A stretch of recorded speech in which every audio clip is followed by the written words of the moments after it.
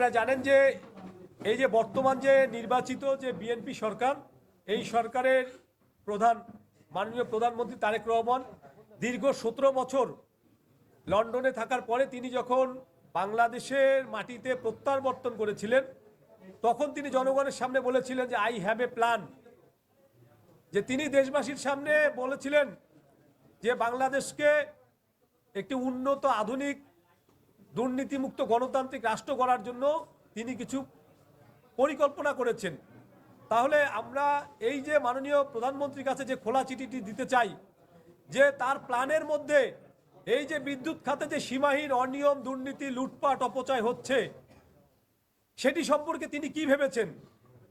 এবং এখানে আমরা রাস্তায় বিক্ষোভ মিছিল, মানববন্ধন, অবরোধ, সমাবেশ যাই করি না কেন, হয়তো গণমাধ্যমের বদৌলতে তার কর্ণগোচর হয় কিংবা তিনি প্রত্যক্ষ করেন। এবার আমরা সরাসরি তার হস্তক্ষেপ কামনা করার জন্যই আমরা মাননীয় প্রধানমন্ত্রীর কাছে আমরা এই চিঠিটি প্রেরণ করছি।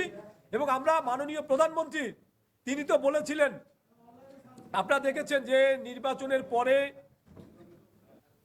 তিনি ডিক্লিয়ার দিয়েছেন যে যে কোনো অভিযোগ মাননীয় প্রধানমন্ত্রীর দপ্তরে পাঠাতে পারবেন এবং যে কোনো অভিযোগের জন্য কয়েকটি সেলফোন নাম্বার দিয়েছে যে সরাসরি যোগাযোগ করতে পারবেন।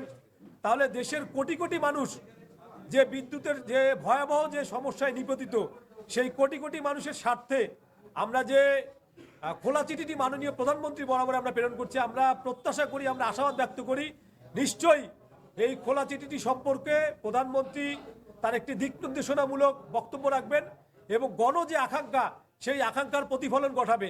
আমরা এটিও বলতে চাই যে আমরা সকল সময় শাসন ক্ষমতাকে প্রশ্ন করেছি এবং সরকারের যখন যে সরকার ছিল আমরা তার গণবিরোধী শাসনের বিরুদ্ধে আমরা লড়াই করেছি।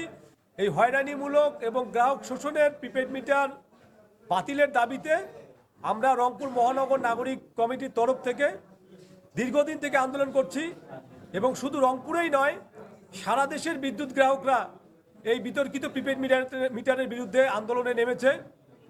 আমরা দীর্ঘ আন্দোলনের পরেও আমরা বিদ্যুৎ বিভাগের তরফ থেকে কিংবা সরকারের তরফ থেকে এই বিষয়ে সুস্পষ্ট কোনো নির্দেশনা পাইনি। কিন্তু আমরা দেখছি যে এখানে নেস্কো কর্তৃপক্ষ এই যে বিতর্কিত প্রিপেড মিটার, সেই প্রিপেড মিটার স্থাপনের কাজ তারা খুব জোরে সোরে করছে। আমরা এতে শঙ্কিত, আমরা উদ্বিগ্ন।